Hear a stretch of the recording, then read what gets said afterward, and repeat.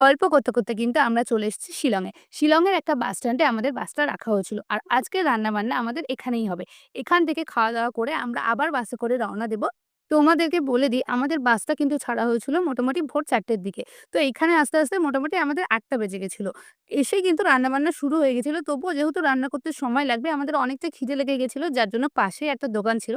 এই দোকানে কিন্তু আমরা খাবার কিনতে চলে গেছিলাম। আর একটা মজার বিষয় হচ্ছে এনারা কিন্তু বাংলা জানে না, হিন্দিও জানে না। এনারা খুব সম্ভবত ভুটানি বা নেপালি ভাষায় কথা বলছিল। তো সেটা তো আমাদের জানা নেই। তো কাজেই আমরা আধা, আধা হিন্দি, আধা, আধা বাংলা বলে খাবার নিয়ে নিলাম এই দোকান থেকে। আমি কিন্তু বাউলি খেতে খুব একটা পছন্দ করি না। কিন্তু আমার ছোট বোন কিন্তু ওর বাউলি খেতে খুব ভালো লাগে। ও বলল যে বাউলি খাবে তাই আমরা ৩ জন ৩ জনের জন্য ৩ টে বাউলি নিয়ে নিলাম।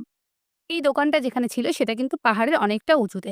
আমরা পাহাড়ের উপরে উঠেছিলাম কিছু ফটো তুলবো বলে। তো ফটো-টটো তুলতে, তুলতে এই দোকানটা চোখে পড়ল। তাই ভাবলাম যে খিদেও লেগেছে তাহলে এই দোকান থেকেই কেনা যাক। আমার যে ছোট বোন ওর কিন্তু কেক, ক্যাডবেরি চকোলেট এইসব টাইপের খাবার খেতে খুব ভালো লাগে। তো আমরা যখনই কোনো খাবার কিনি আমরা কিন্তু ৩ টে করে কিনি। কারোর যদি কোনো খাবার খেতে ইচ্ছে না করে তাহলে কিন্তু সেটা